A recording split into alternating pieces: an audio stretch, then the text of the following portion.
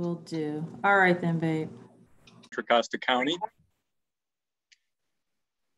I am happy to hand off co-facilitation of this meeting to Shayla Bonner and Renelle Ellis, and I will pass it on to Shayla now. Or if we need to take a quorum roll, we can do that, and otherwise, yeah. Yes, please. Thank you.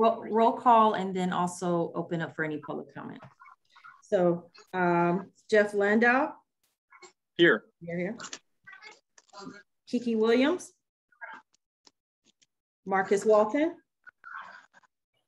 Here. Renelle Ellis. Here. You have quorum.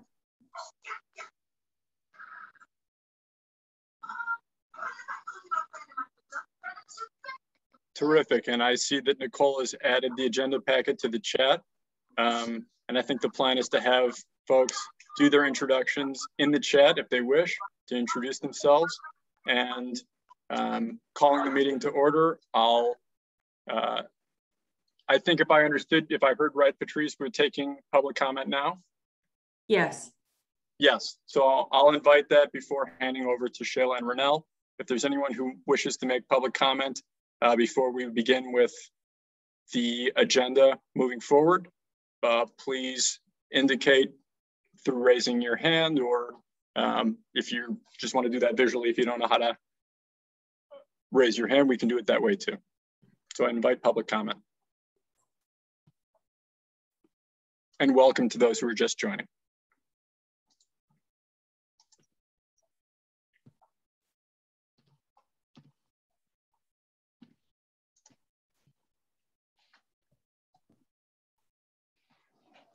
Not seeing any requests for public comment at this moment. Oh, I see Catherine actually have a hand raised. So Catherine, let me hand to you. Comment on sharing anything that we've been doing in the community.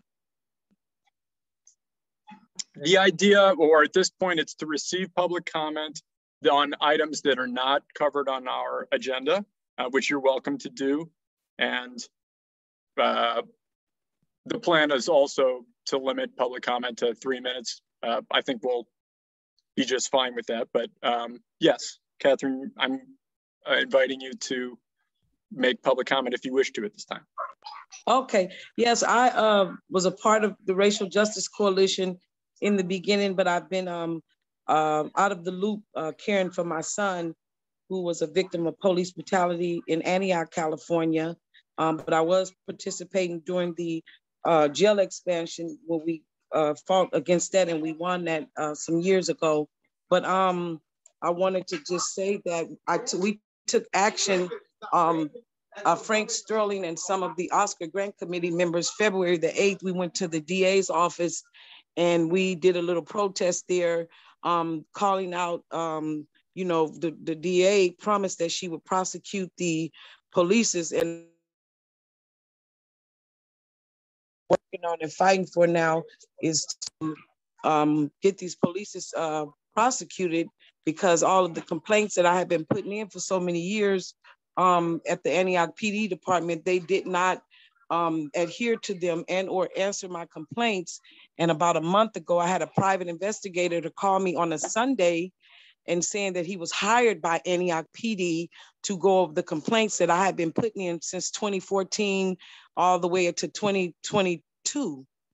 So, you know, I think that part of the system needs to be fixed, because all of this pertinent information that is needed for families when they've been victims and or murdered by, you know, our county's polices, you know, something needs to be done about that.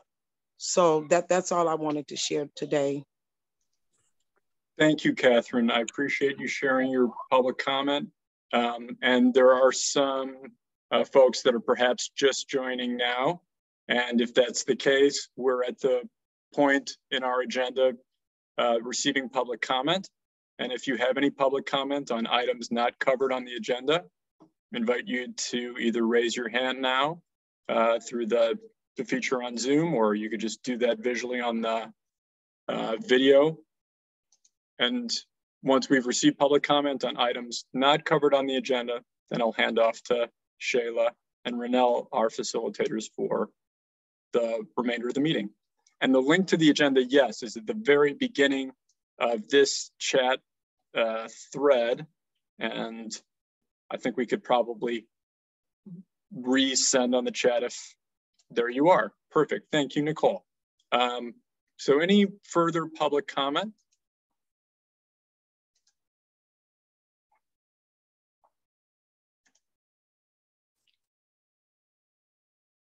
Not seeing any public comment at this time, and there will be a period for public comment once we've gone through the presentation that Shayla and Renell will be leading us through, and I'll hand it off to them, thanking them both and you all for being here.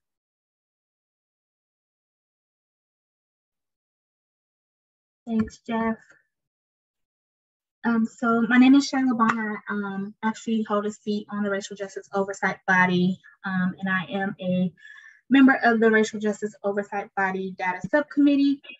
Just want to take time to welcome you all for joining this special meeting brought to you by the Racial Justice Oversight Body Data Subcommittee and the Racial Justice Oversight Body Community Engagement and Funding Subcommittee. And now I will turn it over to Ryan for him to introduce himself and give us a run through of our agenda for this evening. Yeah, good evening all and welcome as well. Ronell Ellis, a member of RJOB. Glad to be here with you and going over some of this information. We are here to do this and we're excited about it. So we just want to share all of this with you. The agenda will be pretty much an opening and a welcome what we've already had. We're going to show a really nice video clip. We're going to do an overview, and then also we're going to show some charts around our criminal legal system flow. All right, Jeff.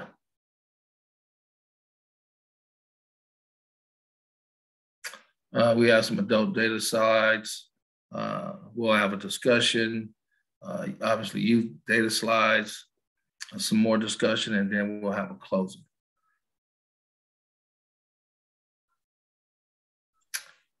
Thank you, Ronell, for giving us a run through of our agenda for this evening. Now I want to introduce you all to Dante Clark, who's going to be opening us up with some spoken word. Make sure it's Dante. Yes, Dante's here. Hi, Dante. Peace. Thank y'all for having me. I'm gonna just get straight into it. Y'all can hear me clearly? Yep.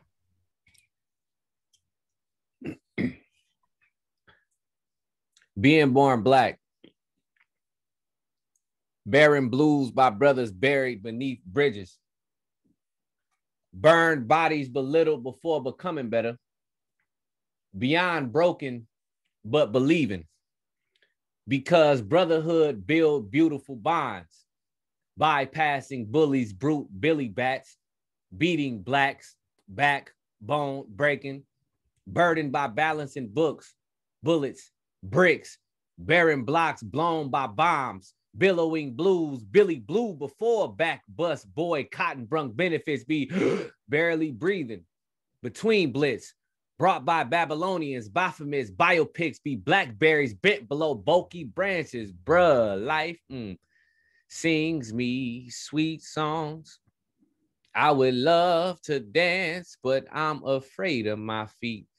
Standing before noon with blackbirds, tunes clean curbside, mass circle, Chesley, 5th Street burial, cite us for loitering here. Blood and liquor spill out us bronze vessels, tattooed with ghetto gospels, gold teeth smiling, past hurt, bullet scars left cross my kernel. Yeah, I live where we die. Can't hide when death walk, we be outside. hanging, still camped close with my tribe, slurred speech, families tied back 60 years before crack, before being black was us, damned we are, with peace of minds as yours reaped, lose sleep, drink this wheat, what gains for our claims besides prison, bars, triggered, beat down, work, whore, crack our crown, hero in attempts to free dumb minds, trap babies, blamed us for hell's heat, for poverty's lease around our necks, milk our pockets, white flight your college, yeah.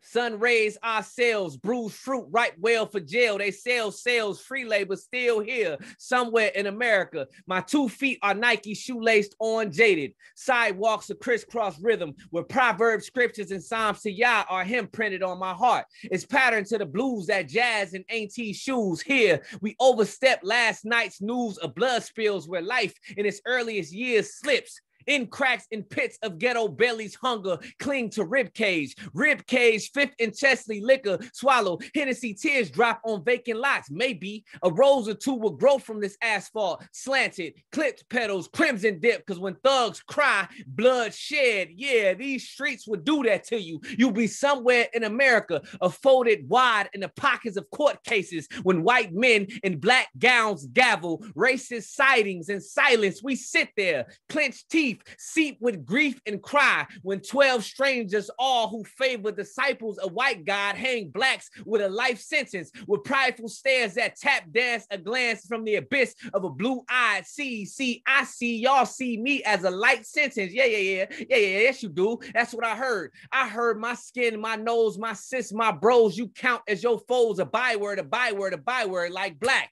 Like black be me, like I ain't the soil, like this blood ruby red jewel post ain't royal. What you say? I'm somewhere in America searching for freedom. Somewhere in America, I've been searching and ain't found nothing.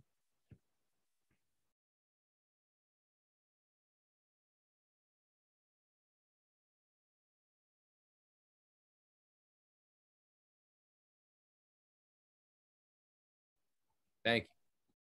Thank you, Dante, for that powerful spoken word. I'll pass it over to Ronell to introduce us for our video clip.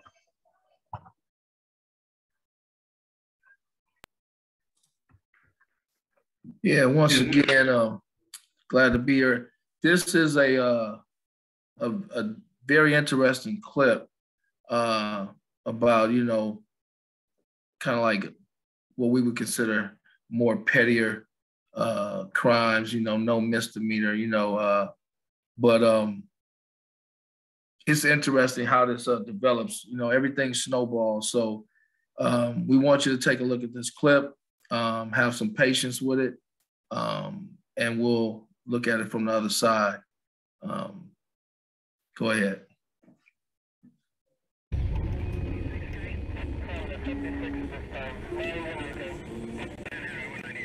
I remember this hopeless feeling just overcome me.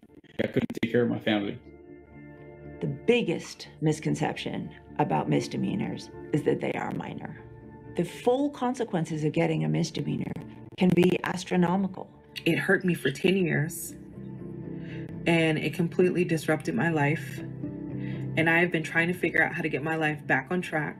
This will be a part of my story for the rest of my life. When people are booked into jails for a week or a year or even a day, you just cannot avoid the trauma that's inflicted upon you. The moment you hit the jail, you don't come out of that unchanged or untouched. You witness trauma, you witness violence, and it changes you. It changes your community. I tried to get a job at Amazon where my roommate worked.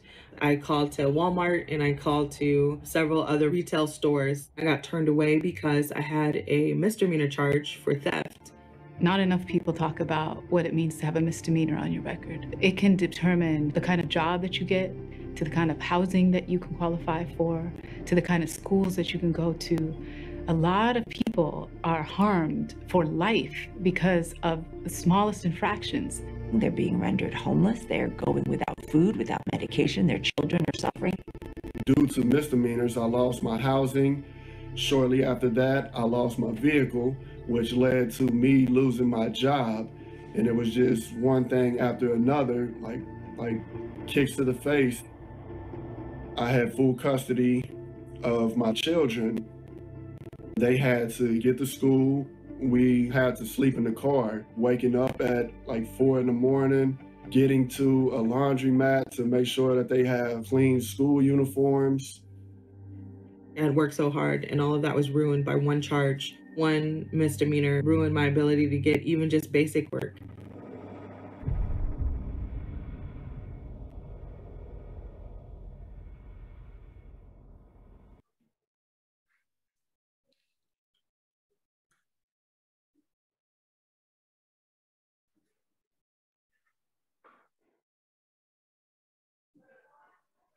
Stopping there. Yeah, so misdemeanors can be deceptive, right? It sounds, minor, but nothing is minor when it comes to the criminal history, especially when you talk about reentry and try to rewrite the ship or, get on track and find yourself in a more pleasant place in life. All blemishes get highlighted, right? When you go in there and you start speaking about getting a position or trying to explain your history, your checkered past, misdemeanors count. And if they can weed you out for the smallest of situations, they will. And it can be, devastating to families. As you see, one of the guys talked about basically losing, everything that meant something to him, his car, his job, and we try to make sure that we provide for our families and our kids. So misdemeanors may have a quote unquote minor or a petty offense tag on them, but also compounded misdemeanors also turn into felonies. So, or they treated as felonies. So just be mindful of those things.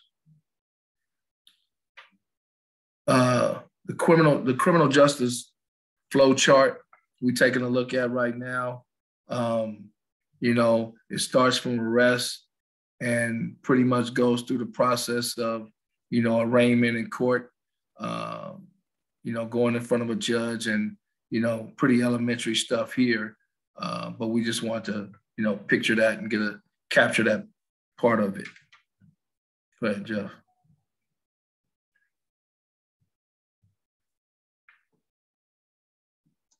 And I can hand Shayla here. So same as the other chart, we won't get into details and go through every step of the process, but this is in the agenda packet for your reference. So you can see how it flows down. Again, we have so much to cover and we definitely want to have enough time at the end for open discussion around the data that we're sharing today. So we won't go through these, but you can definitely find them in your packet.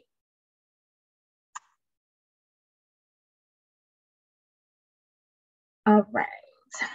So we want to get into why and how the Racial Justice Oversight Body got started. So, following the Board of Supervisors adoption of the Racial Justice Task Force recommendations, the Racial Justice Oversight Body got established in 2018.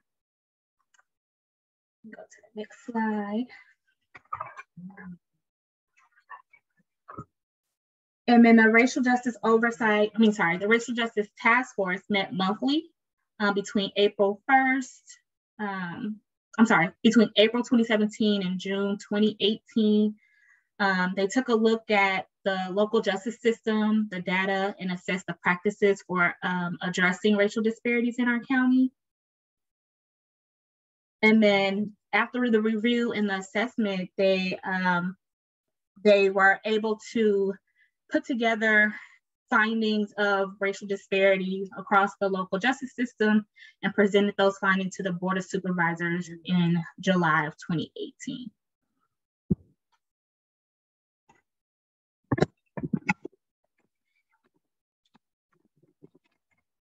Oh, Ronell, you're on mute. I was like, thank you. Yeah, thank you. Yeah, the highlighted findings also included higher arrest rates for Blacks as well, youth and adults drive disparities. Black and Latino youth were more likely to be placed in custody as well. These are all higher rates according to the flow chart. Rates of disparity across cities indicated that different local contexts drive these disparities. It's just common. It's really common with Latinos and Blacks as well with those disparities. Another thing that's common is the high proportion of Black and Latinx tend to have sentence enhancements. They also, Black adults were more likely to be detained pre-trial than Latinx and white adults. And in 2014, Black youth were confined at a higher rate than all other races. Also in 2014, Hispanic youth were confined at a higher rate than white youth. Changes to county jury selection processes increased disparities in who serves on juries in this county. Great. Here is where we get into our snapshot of summary of race data in Contra Costa County criminal justice system. Just an FYI, this is from previous years, so it covers anywhere between 2013 to 2015. But I definitely wanted to start off with the census estimates from 2013. As you can all see, the blue line or the blue boxes represent Black African Americans. The red represents white Caucasian. The green represents Hispanic and Latinx. And then all other races is in purple. So if we take a look at the census estimate, you can see that Black and brown, well, that Black people make up about 10% of the population in Contra Costa County, while white and Caucasians make up about 46%, and Latinx make up about 25%, and then the rest is 19 is other.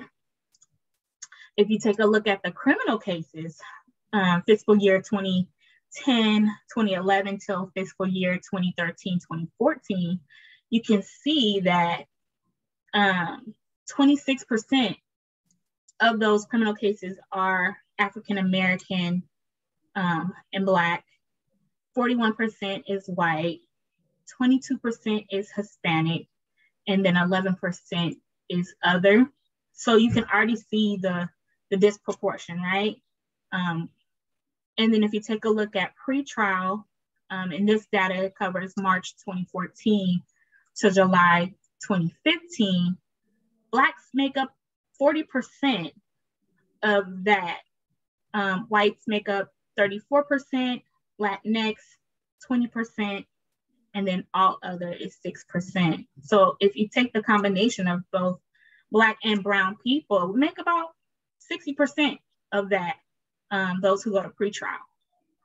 And then last but not least, for my portion that I'm covering, juvenile probation, as of 2015, Blacks make up 41%, white at 18%, then there's 30% for Latinx, and 11% of all others. Again, Black and brown people make up over 50% of that data. Yeah, and continuing with that snapshot, it's a little not misleading, but this other chart here on adult probation, you see a 30% and a 31%. However, that could be deceiving because the population in red, which is white and Caucasian, could be the reason why is that lesser sentencing is handed down. So probation in this case may be, you know, the thread that you're following with that population as opposed to with African Americans. So there might be some evenness there, but there might be more folks incarcerated during that time. AB 109, continues the theme, 40%, 38, and 19. AB 109 is a select population. It's a unique brand of folks, and you know, it's a narrowed population. Everybody who is returning home from prison or even the county is not AB 109 qualified. So it's selective. Jury appearances, I don't even know if I have to mention this. It's a landslide in jury appearances with the African American population at 7%, 7.5%. Basically almost no representation for many reasons. And part of it is because of those misdemeanor backgrounds, to say the least. Jeff. Cool. So we want to continue on with how and why the Racial Justice Oversight Body got started by talking about our final recommendations, the task force recommendations to the Board of Supervisors. So the Board of Supervisors developed and adopted 18 recommendations were based on the Racial Justice Task Force findings and analysis. And some of those recommendations included oversight and accountability, which is how the Racial Justice Oversight Body got started. It included diversion, data, county support for local agencies, community engagement and services, which is how the subcommittee got started, practices related to trial and adjunction process and confinement. And I'll pass it back to Ryan. Oversight and accountability. Oh, go ahead, Jeff, you moving around? My mistake, I went back one, so I'm just moving ahead now. I'm on the right slide. Sorry about that. Prioritize the RJTF, Racial Justice Task Force recommendations, establish subcommittees with expertise and commitment to develop subcommittee work plans, all things working behind the scenes to provide, information. Go ahead, Jeff. The full body currently meets quarterly and reports to the Board of Supervisors on an annual basis. Subcommittees meet monthly. Community engagement and funding subcommittee. Formal partnerships with community-based organizations. That's bringing in folks and trying to, make sure we connect with our community on several levels. Community capacity fund, increasing realignment funding for community services.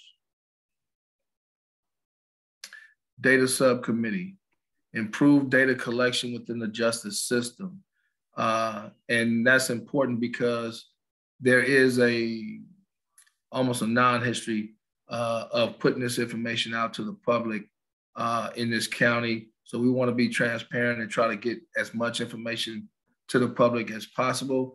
And that's where you see this transition happening as we speak, and trying to get some of the data out now that we have had in the past. And that's why some of it might be a little dated.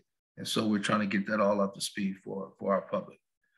Review and publish race-specific data for the purposes of improving transparency and accountability, and then to measure efficacy and assess impact.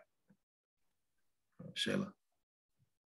And then our last subcommittee is the diversion subcommittee, in which recommend countywide criteria and protocols, evidence-based and following established best practices, and separate recommendations for adult and juvenile. And then over the years, the Racial Justice Oversight Body have done many of actions, which include a statement to the Board of Supervisors on racial justice, calling for more release of people incarcerated during the pandemic, recommendations to endorse Miles Hall Non-Police Response Unit, and AB 988, which is the Miles Hall Lifeline Act, which got passed by law. Another action that we engaged was to request initial funding to continue development of a two-phase hybrid cohort community capacity fund, and urged Board of Supervisors to create a sheriff oversight body board, which we're still fighting for. Some of our data requests to date, obviously presentations, we're doing one now. Police Chiefs Association, the Sheriff's Office, and the Mayor's Conference. Yep, and we also sent a data request to the DA's office in which we asked for police arrest charges, detention, and all the stuff that we take a look at. And I will say, like, she's still working with the Vera Institute, and hopefully I believe there's a report coming out mid this year on some of the data that they collected. All right, so here is the nitty gritty, the stuff we have all came here to see and talk about. So this is more up to date. Again, just keeping in mind like the census data that I shared in the beginning, where Black African-American folks make up about 10% of the population. So this chart, just to explain it, the green line represents African-American population, right? The horizontal green line. The horizontal yellow line represents the Latinx population. And then the blue line represents white population. So if you're taking a look at the trends in adult misdemeanor arrests by race and ethnicity per year, you can see that the baseline population for Blacks is about 10%, but if you look at the actual arrest, it's about 25%. So you're thinking like, okay, majority of that population is being arrested and held on misdemeanor charges, right? So if you take a look at the blue line, the blue vertical line, you'll see that that's about 45%, and it doesn't even touch or reach to the white population at all. And then Hispanics, again, this is where Black and Latinx come into play, is like they've almost reached their line as far as like the total population of Contra Costa County. And it kind of trends throughout. You'll see like 2016, 2017, 18, it more than doubles for African-American folks. You started to reach that population line in 2018, all the way into 2020 for Latinx. And again, the white population barely, like almost doesn't even reach half, right? So that kind of tells you that, you know, Black and brown people are definitely being arrested or arrested on misdemeanor charges a lot higher than the white counterparts, which is where the racial disparities come into play in Contra Costa County. And this is the same concept with the adult felony arrest. As you can see, Blacks are like, what is that? About 35%. Whites are a little bit above that. Hispanics are about 25%. And others is way below the line, way below the 10% line. Again, if you're looking at the horizontal line, like we are way above our population, right? And it doesn't quite reach about 50% of that for white and Caucasian. So I'll just read the little footnote. It says the horizontal bar above the graph reflects the 2019 U.S. Census Bureau estimate general population distribution for Contra Costa County, and it has a link there where we got the information. The blue line represents the white population, yellow line represents the Latinx population, and the green represents the African American population distribution. This data is sourced from California DOJ, Open Justice, and the graphics prepared by the Office of Reentry and Justice, July 2021.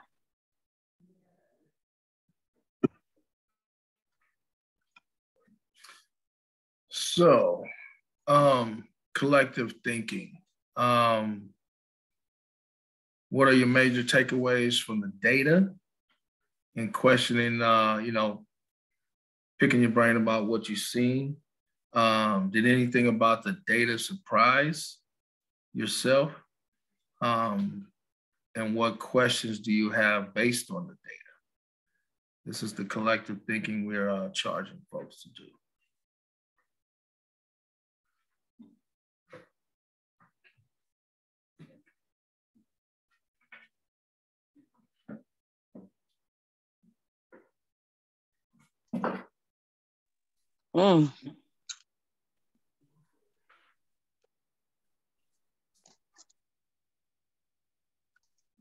I see Doug's hand. Yeah, thanks. So I was around and observing the Racial Justice Task Force process, and I'm sure those of you who were also involved in that were aware that it was frustrating to be limited to when the work was being done in 2017 and 2018, to be really looking at data that was mostly 2013, 2014, 2015 data. And so just an observation here about how helpful it is to have data for a range of years that goes from 2015 to 2020, which is not too far in the distant past. So that is so very helpful. So I just want to congratulate you, the Racial Justice Oversight Body, for your accomplishment in getting the data more up to date. But the observation, what jumps out to me from the data that we've looked at so far, is that there does not seem to be any noticeable improvement in racial disparities over that time period. And I don't know that anyone has an answer for why that is, but I just wanted to point that out. That we're hoping for some improvement in these racial disparities. That's the whole point of the Racial Justice Task Force and the Racial Justice Oversight Body. And it looks like we're still just tracking the baseline. Thanks for your comment, Doug. And let me pass to Catherine. I see your hand. I agree with the last gentleman that spoke. I don't see much of the data changing from 2014 and years after that, being a part of the Racial Justice Coalition back then. And I don't understand, but I do understand, and I do know, because my son was a victim of police brutality, and he was not doing anything but sitting in my car. So from that, he was arrested, had to fight a criminal trial, and nothing was done to the officers. And like I say, and I continue to say, when you do something, you're a criminal in the streets, you'll get convicted, you'll go to jail, and all this stuff happens. But what happens to the police is that are, fabricating these lies on people. And then once the prosecutor gets the report, then this person now has to fight, against the system. And I don't think that's fair. And then they don't release the police reports and or the evidence for that person to be able to fight for themselves. Thank God we do have public defenders. Thank God we do have people that still, trying to fight for justice for people. Some have committed crimes and some didn't commit crimes. You still have to fight this system. But why is it so, prevalent in the African American and the Latina community? And even stemming from the access impact that the Miles Hall project and response unit, my son was not a criminal. He was going to take his second test to be a criminal, to work for the correctional officer. But from the police telling EMTs that he was a mental health patient off mental health meds, they shot mental health medicine in him. So he became a mental health patient. And, you know, even being refused of 5150 calls. You know, I have videos where they refuse, say he didn't fit the criteria. We're saying he's gonna take his life. And my son did take his life last year in March. And Lord and behold, officers that beat my son was in my house. I cannot get the police report. I cannot access none of the dispatch calls, none of the records, because, you know, I feel like they did something else to my child, you know, but the police, they have this upper hand where they can withhold things from people fighting for themselves, whether they did something right or wrong, you know. And that AB 109, you know, I'm not pleased with that. You know, fighting to stop the jail expansion years ago. That money is to help people when they come from behind those cells. That money is to help them reunite in the community and become, you know, productive in the community. Now, how are you able to surplus so many millions of dollars for a jail expansion from that program? Who's oversighting? Who's the overseer of that program?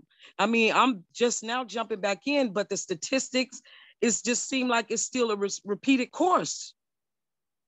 You know, it's just still like, it seems like a repeated course. The board of supervisors, the mayors in these cities, you know, they have to really see what's going on for them to even want to impact the change that needs to be done. And there are many more people out here. It's many more other families and people out here just like me that's not fighting because they're not hearing about you. You know what I'm saying? They're just going along with the system, plea bargain if you already got a criminal background. And even the other part when you brought up, you know, being on misdemeanors causes your jobs. You know, what about the people that are on disability? As soon as you're arrested, they flag SSI. Now your check is stopped. You might get out in 2 or 3 days. Now you have to go down to this place in Martinez, get paperwork. They don't want to see you. You have to wait for them to get you an appointment to give you the paperwork to get your money started. Now you done lost your housing. You know, those people are impacted too, and the children. Thank you for sharing your comment, Catherine. I really appreciate you sharing. Jeff. I don't see much change, Jeff. I hear you. I hear you. Let me just raise up what Dante had put in the chat and invite others if they want to give their comment through chat, because, right, just different ways to get your input in there. But Dante writing, how do we hold law enforcement accountable? What does this look like? And Shayla responding back, that's exactly what we want to know. Hoping to get community input on this call tonight for sure. So with that in mind, let me say, I see Roxanne's hand. Let me invite you to give your comment. Thanks. Yeah, I remember sitting with Doug at the beginning of the Racial Justice Task Force meetings, at some of the meetings in Martinez. What is the ability for us to, I know, Shayla, you mentioned we're still fighting for a sheriff's oversight board, and there is an election coming up, right? And I know folks are asking one of the candidates who's running against Livingston about what his ideas are, but how can we, talk with this candidate or even push forward this idea of the sheriff's oversight board? What are the blocks for that, Shayla? And what are the prospects of pushing that over the finish line? I know it's been hard because the Sheriff Livingston doesn't feel like he needs to be accountable because he's elected. And I remember him saying that back in 2018, 17 and 18. But are there other strategies that we've thought of to kind of continue to push for that? Thank you for giving your comment, Roxanne, and raising up the issue of sheriff accountability and oversight. Let me also say I'm seeing a comment in the chat from Jeff Ram about whether there's any disparity between the county sheriff's department and local police jurisdictions. So that question dealing with knowing there are, I think, 19 separate police agencies in addition to the sheriff, and what sort of differences are we seeing there? I'll invite further public comment. And just say at this point, we're not intending to respond directly to each comment, but really to receive input. And then those who are commenting will be able to respond also, and we'll just have that back and forth that way. So if there are any other comments at this point, invite those.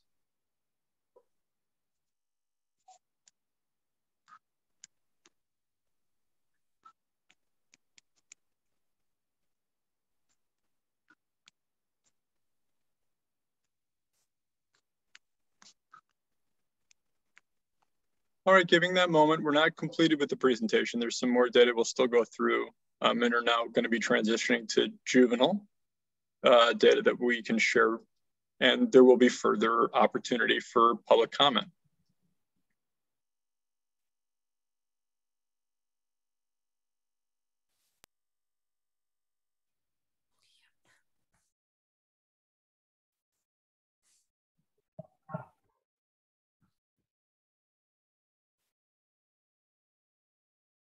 All right. So this one is the trend in youth misdemeanor arrests. Again, the same concepts apply, where the horizontal line is the blue is African American, the green is white, and the yellow is Latinx. And as you can see here, as far as our youth misdemeanor arrests, it's up there, and as well as the Latinx, although the Latinx haven't reached their actual population line. You can see African American youth have been arrested across the years a lot higher than white and Latinx. And if you look at this data, actually, it doesn't quite stay the same. It has increased pretty much, except for 2018, it pretty much increased every year. There was just a little dip in 2018, and then it went right back up to 2019, and the highest, it looks like it's about 52-ish% in 2019. Most of the misdemeanor arrests, Black African Americans were arrested at 52%. If you take a look at the Latinx, they also stayed pretty consistent throughout the year. They did have a little dip in 2019, where it was roughly 25% of the misdemeanor arrests. And then the white counterparts, it looks like went down. It looks like a roller coaster for white Caucasians throughout the year. You can see it kind of rose up, then it had a dip, went back up again, had a dip, stayed about the same, and it's been about the same for the last 3 years. Well, 2018 to 2019, it stayed pretty consistent. So that's the data that we received regarding youth misdemeanor arrests over the last 5 years. And then here's just the felony arrest, which we know carries a lot more weight than misdemeanors. But again, steady increase, with the exception of 2018, steady increase for African-American Blacks, youth who received felony arrest. Let's see, white, Caucasian, up until 2018, kind of stayed consistent, except for 2016, there was a little dip there, but as you can see, after 2018, it really declined. About half of the felony arrests for whites declined in 2019 and 2020. And Latinx, they had a big decline in 2017, but for the most part, stayed pretty consistent at that 30% throughout 2015 to 2020.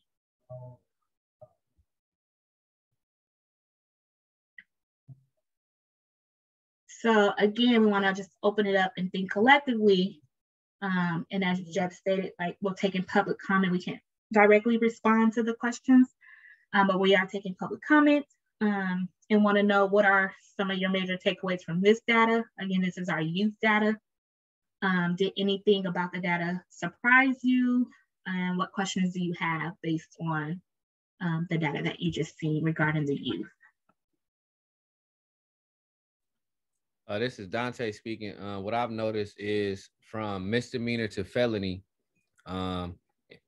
obviously like a great distance from getting young people early with these misdemeanors. I never knew that misdemeanors held so much weight into this conversation. So the fact that they can get our youngsters at an early age, preparing them for future felonies to keep them incarcerated or on state watch of probation and parole, it baffled me, because when you come into the courtroom and you're trying to speak on the behalf of these young folks or these brothers, because I sometimes get asked to come to the courtroom as a public defender expert talking about the Black community and give a different perspective. And I'm trying to talk to, the district attorney and law enforcement, like, what y'all categorize in this community as gang territory is leading these young folks in a way to where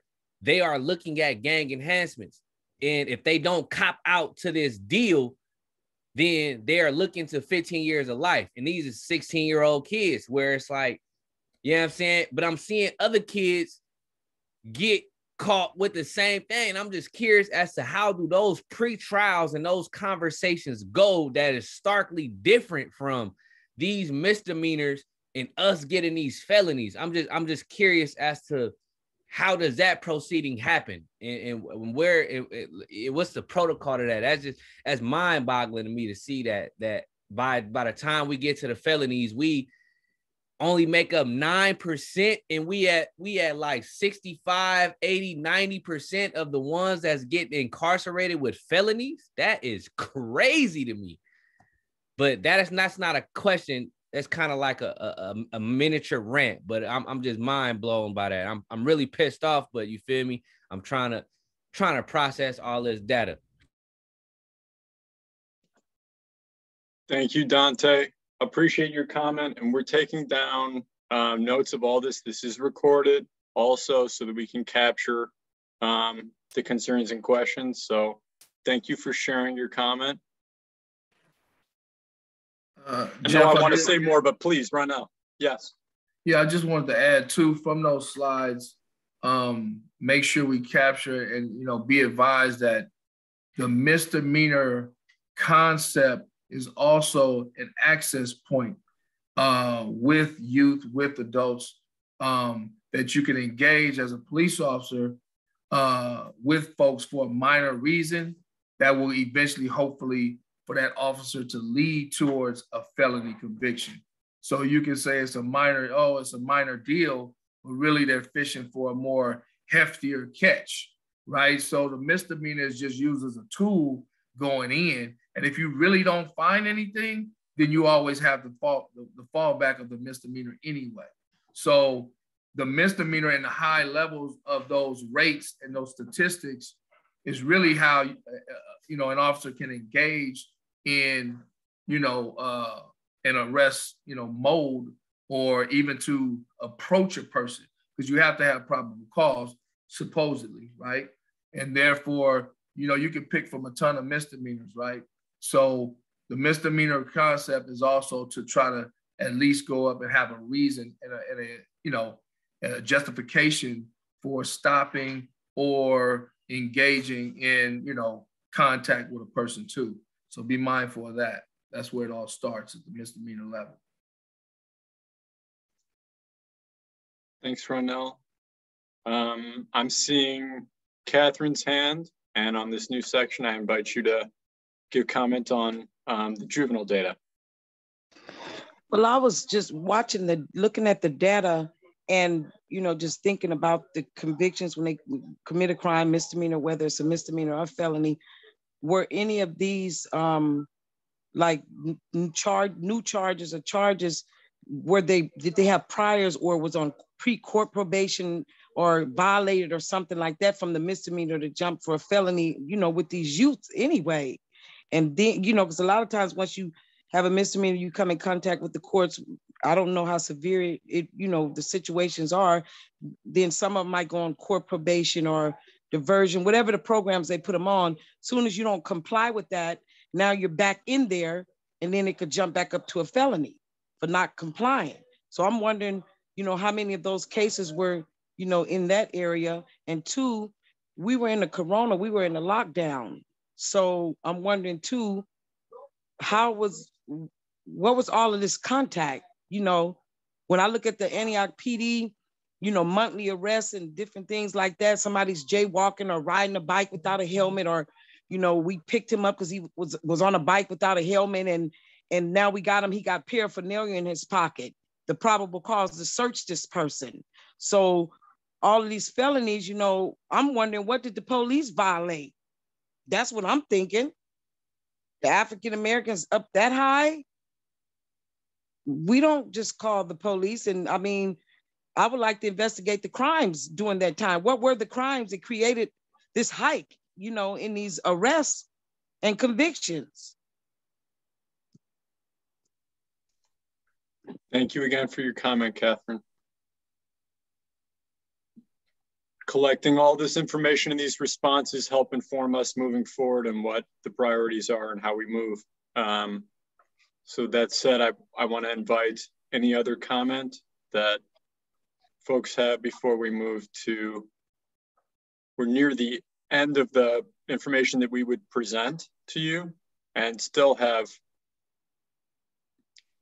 a significant portion remaining for comment, just to flag that we are scheduled to go until 7:30 this evening.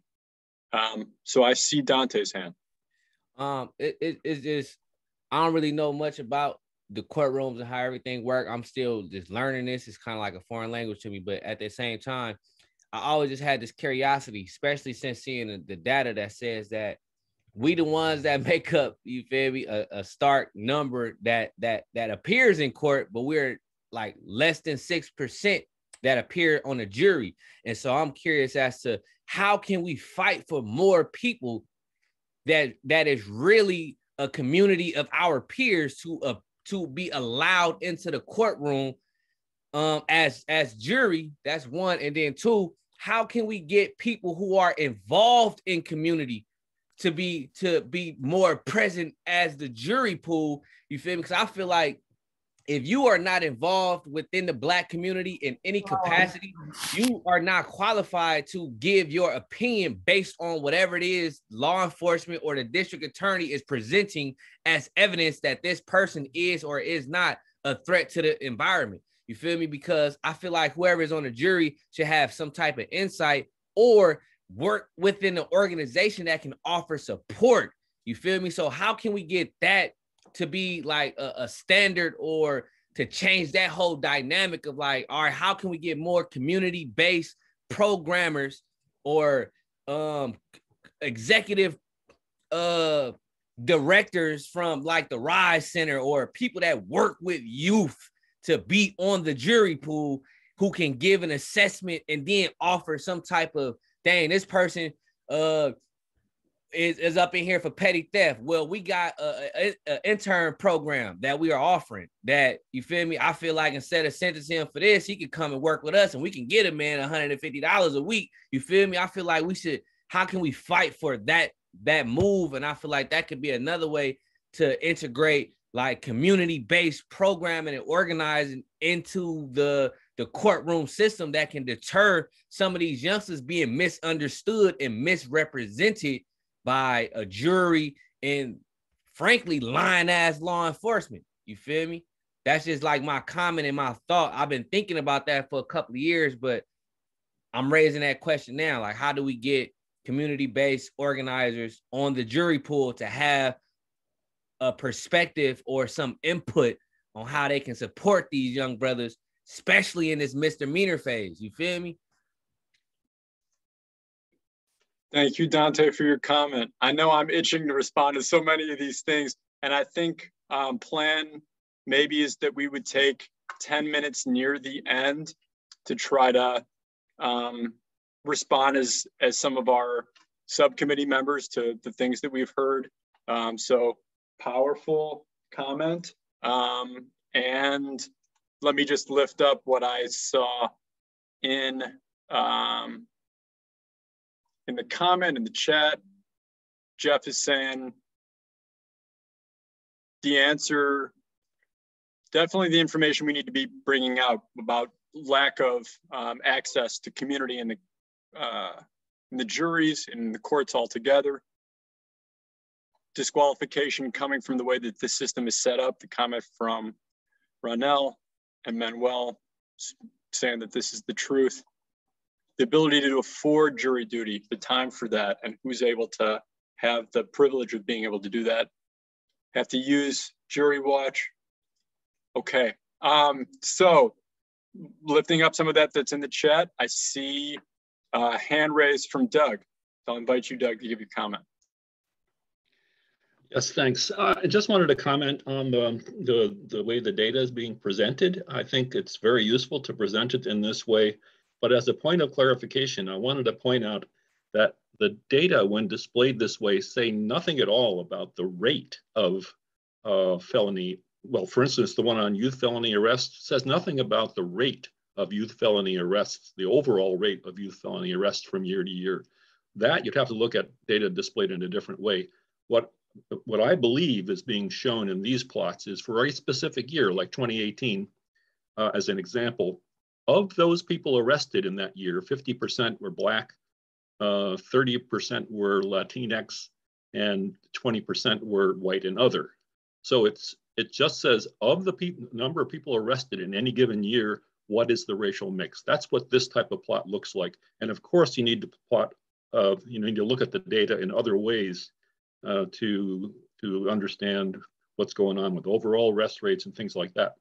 And I know that in a public forum, you don't want to do a fire hose approach to data and throw too much out there. But I just wanted to point that out in case people are confused about what this data is showing and what it's not. Thank you for that comment, Doug. And I think it's fair for me to just add the quick note, which is apparent in the agenda packets that we have from the data subcommittee of the oversight body, that arrest rates for juvenile population statewide and Contra Costa County included have gone down in the whole, but meaning altogether, but who's getting the most benefit and which rates of disparity in those who are touched by the system. As you said, that's all that this captures is the proportion of the current arrests. So I appreciate you giving that context in your comment, Doug, and see the response also from Shayla. I'll take more time here, and really we can use nearly the remainder of the period here to invite comments. I'm just going to bring up the prompts again on the screen so folks can see some of the questions that we've kind of just begun to raise, but these are suggestions, and anything that's on your mind having seen this data, we're inviting now.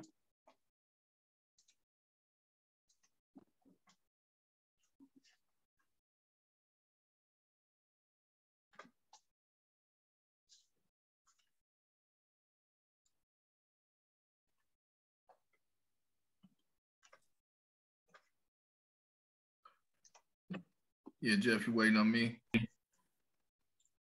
Really just keeping it open for the moment. And we can move to the next slide. I think perhaps if we are to make a few comments as subcommittee members, that may continue to prompt the further discussion. So why don't I move to the next slide then?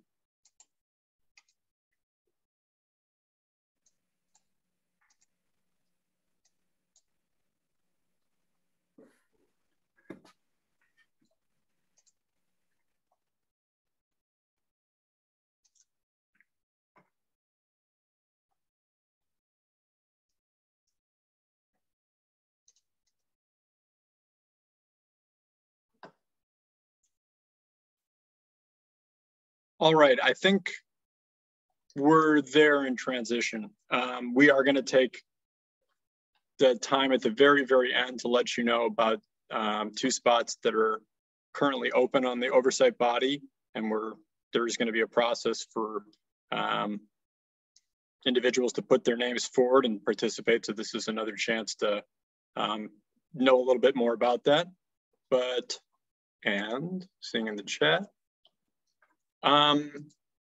why don't I now invite members of our community engagement and funding subcommittee, and also I know we have one or more members of the oversight body in different subcommittees that are present to respond to some of the things we've heard from community, as we'll be continuing to act here, and just being able to respond back. Maybe I would lead with you, Shayla, if there's anything that you want to say in response to what's been said already from public comment. Yeah, nothing really to add. I do want to thank everybody for chiming in. These are like some really good topics and questions to bring up. I'm hoping to take some of this information back to the data subcommittee so that we can start looking into other data and hopefully pulling some things together. But overall, like, I feel like this is a really good start. This won't be the last community forum that we have. This is just a kickstart to see how folks will respond to the data. And then, like I said, just trying to think of ways to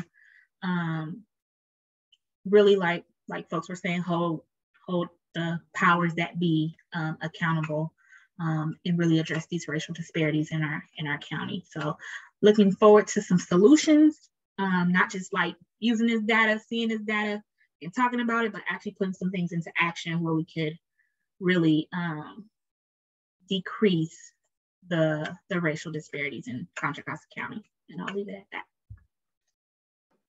Thanks, Shayla. Renell, let me invite you to give your response feedback to anything that you've heard in public comment. Yeah, just want to, validate the concerns and the passion from the public. It's valid. It's valid. We hear the comments being made. We see the comments, and but also too, it's important that we have this forum because we don't want to suppress that. And it's not about folks, making their comments and then somebody jumping on and trying to explain why it's this way. It's this way because it is. And so it's our job to take that passion, to take those concerns to the necessary places and try to get solutions for those issues. Because it's really about our community, and our community is the one who's suffering and also investing, right? We forget that a lot of times. And so, but we know the system is broken, and this is just a formal way of trying to address it. But rolling up our sleeves and pounding the pavement and also pounding the desk and pounding the doors is what it's going to take. So I'm encouraged by what I'm hearing. And I'm also passionate too, because I've lived it as well. So that's why I'm here, to try to, be a change agent. And so, but it's incredible. You hear a lot, you've seen a lot, but when you see the numbers, they always say numbers don't lie. And so we try to sugarcoat and camouflage and, sweep stuff under rugs. But you can't do that when you're looking at the numbers. They tell a tale and they tell a story. And so it's important that we all, do our part to make changes. And I'm just grateful to be, in a position to try to take these voices, take these situations, and, put them to work, put them to, make an impact. Also, Doug, like you say, what's changed? Same thing, right? Nothing changes. And so that's what has to change. Dante, like you said, speaking to the jury pool, you know, my thing is that's the whole strategic plan. Is if I tie you up with so much red tape based on your record, you don't qualify for jury pools. You get tossed, right? And so, you know, the whole system about your peers, well, we know they're not peers. They may be in the same community, but you don't know any of them. They don't know any, you know, they don't know you. And then you don't have any representation. It's a disconnect, right? In that sometimes that jury pool and what the person that's being tried is going through. So, but I do believe personally that that's by design, how that works. And if I can tie you up early as a juvenile and get, you know, make sure that we have you documented, that you are a nuisance, that you are a deviant, right? Is what the word they use in college was called me a deviant. And so you deviating from the plan. And so if you're doing that, then we have a place for you. And so we try to carry that right into your adulthood, make sure you blemished up and that you don't qualify for anything and that you can't make any noise because you're not worthy, right? You've used your, you know, you've I don't even know where to start. You know, you've exhausted that opportunity and you've done nothing with it. So, you know, that a person can point to that based on the background when it might could have been diverted like we're talking about here. So yeah, we hear the comments and I'm encouraged by them. Thank you. Thanks, Ronell. Marcus, Walden, you're here. I invite you, if there's anything you'd want to say, another, for those of the members of the public, another member of our Community Engagement and Funding Subcommittee. Thanks, Jeff. Just want to thank everyone for coming out tonight and for your comments. Obviously, a lot to unpack and digest. It's my hope that we'll be able to do more of these sessions, more listening, and get to a point where there will be action taken. So again, thank everyone. Your words are powerful, your stories are powerful, and just thank you again. Thanks, Marcus. Another member of the Racial Justice Oversight Body, albeit not in our subcommittee, Cheryl Sudduth is present. So Cheryl, if there's anything that you would want to respond to from what's been said, I invite you to do that also. Yeah, I only have a few minutes, guys. I actually am on my board meeting, so I'm cheating a little bit. So I'm always on another meeting, as most of you know. So let me just say this. I'm like ear hustling and listening to you guys, and I think it's fabulous, it's fantastic, and I wouldn't have missed this meeting for anything. I'm gonna just differ with Sir Ronell in this way. This system is working exactly the way it's supposed to, right? It's not broken. It's working the way it's supposed to. But it's up to us if we want to change it. You want something different, you have to do something different, and that requires all of us to make sure that we are doing our parts to make sure we're educated in the way the system works. And then it's up to us to do our part to change the system, right? So in order to do that, we have to get more people involved in what we're doing here. What we're doing here tonight, what we're doing in the Racial Justice Oversight Body, what we're doing in the Community Engagement Committee is bringing more of the community into the changing the system. It's a beautiful thing that's happening here tonight. Thank you, Sir Dante, for your words. Thank you for the power behind those words. Thank you for each of you. Miss Catherine, I heard your story. I heard the passion behind your words. We hear your frustration because it's our frustration as well. This is not them, this is us, because each of us have stories just like yours. All of us have come from a place where if it's not us personally, it's our family, it's our friends, it's our children. So it's not like them to us, this is we, this is us. So these are our stories, and this is why we're so intimately involved in this, because we feel the struggle. This is our struggle as well. So we are vested in these solutions that come here. So we are doing this together, but in order to do this, we all have to commit to bringing more and more people into this solution making. We have to.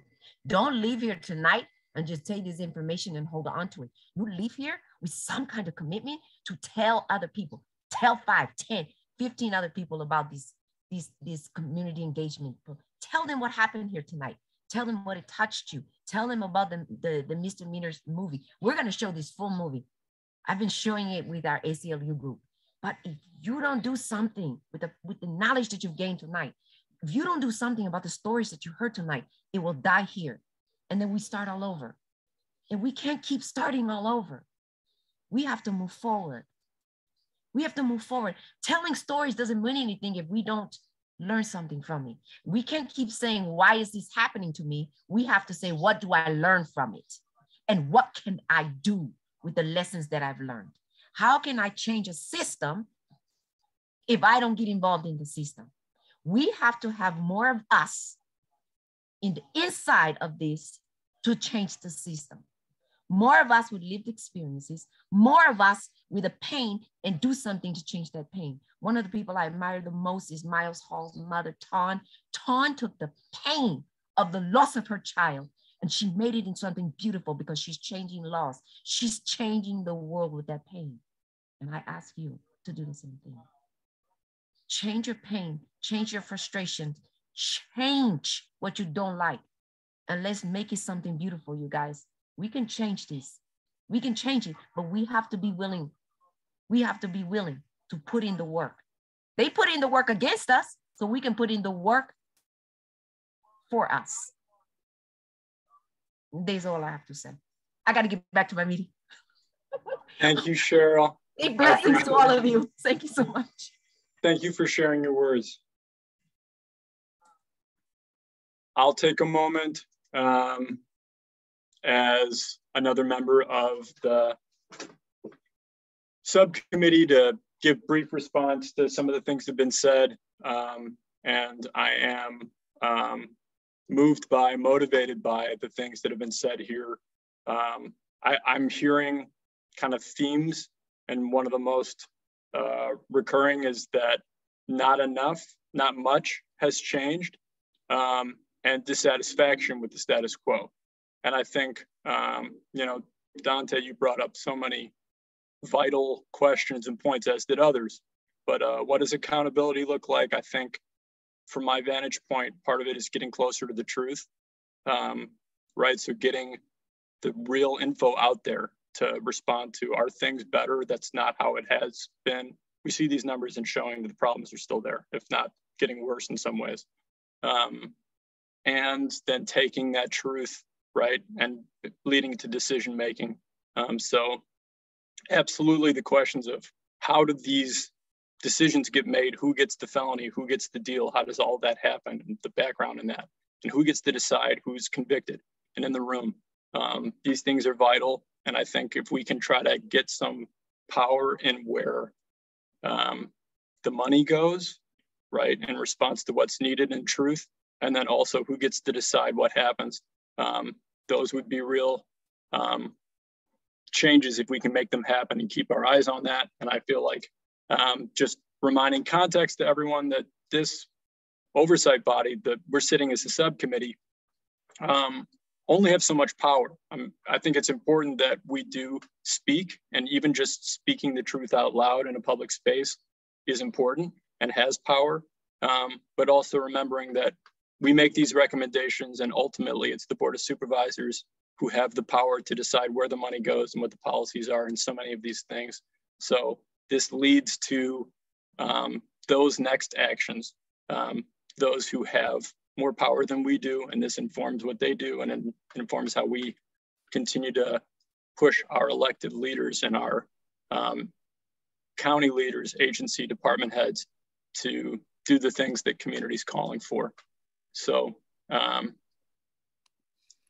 enough from me on that, and I'll invite any final public comment we have before we we'll transition to the announcement about the open positions, reminding you of upcoming meetings that we will have, because these are recurring monthly meetings of the subcommittees and the quarterly meetings that happen.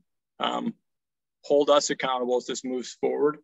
And just as I finally hand over the microphone to say my sincere thanks to Ronell and Shayla for leading us through as our facilitators tonight, and also to Dante Clark for sharing his art, talent, energy, questions with us and getting us off in the right way in this discussion. So thank you very much.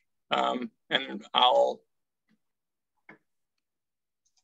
invite any final public comment if there is anyone who wants to add. I see Manuel's hand, so let me invite you to speak, please. Just want to be real quick, and my name is Manuel. I'm with the W. Haywood Burns Institute, and I want to give a shout out to Catherine. Many of us say that those most close to the problem are close to the solution.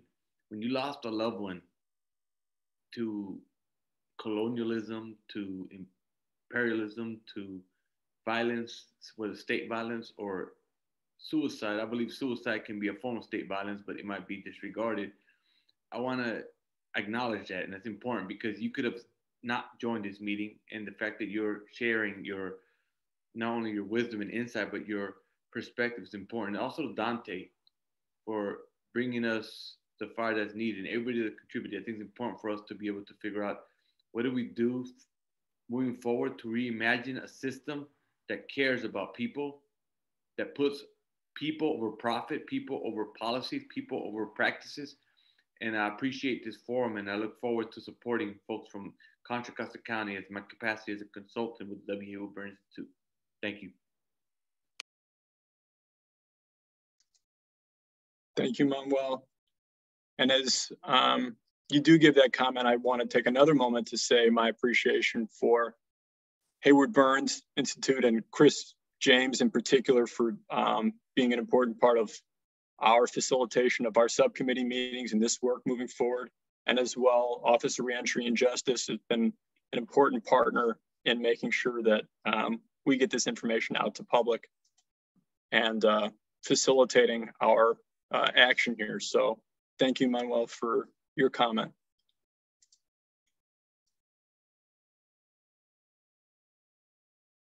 And please keep those comments coming in the chat too. Those are going to be collected along with the video and the spoken comments. Jane, I see your hand, please. Mine is really more question.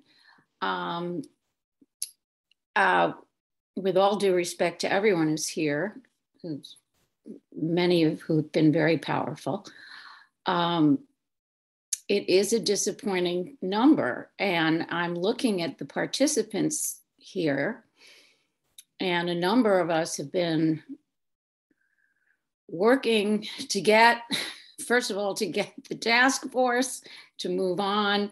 A lot of us are not surprised, I think, by what we're seeing. What I'm wondering is what kind of effort can we make to get these facts out to a wider public in our county? I know it takes a lot of work to set it up, but is there any way that we can publicize more widely that these forums are happening? I know COVID is a problem. We can't go, you know, and put up flyers in churches and public places. We are more limited and I again, this is not to take away anything from all the effort that's gone in to make a presentation like this, but these things need to be seen and heard by many more people if we are going to get the public pressure, because we all know when we go to those supervisors meetings and we talk about what our priorities are and where we want our money spent, they are hearing a lot of the same voices and seeing a lot of the same people. And there, you know, just isn't the kind of momentum that we need. Again, I realize that, you know, I need to hold myself accountable for how much effort I put in to letting people in my own personal community know about these kinds of events. But it's just a question. I'm hoping that there will be a broader, you know, an effort to get this out more. And then the second thing I want to address is on the next steps is we know very well why we don't have the majority on the board that we need. We need that magic number 3. And I think a lot of effort needs, it's not the only direction of the work that's ahead, but a lot of effort has to go into making sure that in that election that's coming up for one key supervisory position, that we get someone in there who is willing to listen to the public, who is that are asking for the budget in this county to be spent on human need rather than human oppression, rather than everything that has been discussed and painfully articulated tonight. So for me, that's a step. I don't live in that supervisor's district, but I am going to work like hell to get the right person in that position. So I'll stop now because I am kind of going on. But thanks. That's my basic reaction to what's happened tonight. And it's always a privilege and honor to be in the room with Dante Clark, our former poet laureate of the city of Richmond. And I really appreciate him coming tonight and adding his own personal thoughts in just the discussion as well as the beautiful poetry. Thank you. Thanks, Jane. Maybe I'll just close out my response and then invite us to turn to the announcements of the open positions to say in particular about attendance, participation, the need to get more engagement and more eyes on this information, that 100% there needs to be a lot more that happens. And as always in situations where we're building and trying to get the word out there and act, there's questions of, are we ready and do we need to delay? And I think the conversations that we've had here together and preparing are that we need to take action now with what we have. And hopefully this is an opportunity for inspiration, but not complacency. We can't be patting ourselves on the back and be saying we all met, but all feeling like, wow, there's a lot of other people here that feel like this is not acceptable and that we're going to spread it moving forward. So the work does need to continue. Absolutely. And maybe I can ask if either someone from Office of Reentry and Justice and or Chris may be ready to just let people know about the 2 positions that we have open at this time on the oversight body. And